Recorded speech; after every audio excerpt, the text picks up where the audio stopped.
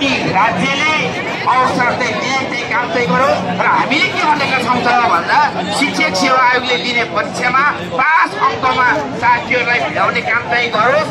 जो साथीहरू स्थायी प्रक्रियामा जानुहुन्छ ती साथीहरूको विद्यालय नियुक्तिको आधारमा अस्थायी सेवावधि गणना गर्ने कुरा चाहिँ सुनिश्चितता गरोस् र त्यस पछाडि जो उमेरहरूका कारण अवकाशमा गइसक्नु भएको छ ती साथीहरूलाई पनि तपाईको चाहिँ नि आर्थिक सुविधा सहित सम्मानजनक हिसाबबाट उहाँहरूको अवकाश हुने वातावरण चाहिँ गरोस् र जो शिक्षक साथीहरू शिक्षक सेवा आयोगले लिएको परीक्षामा असफल हुनुहुन्छ अर्थात् स्थायी प्रक्रिया हुने क्रममा वञ्चित हुनुहुन्छ उहाँहरूलाई पनि कमसेकम गोल्डन ह्यान्डसेकको व्यवस्था चाहिँ गर्ने काम चाहिँ गरोस् र यो ऐन पटक पटक भन्ने कुरा चाहिँ होइन।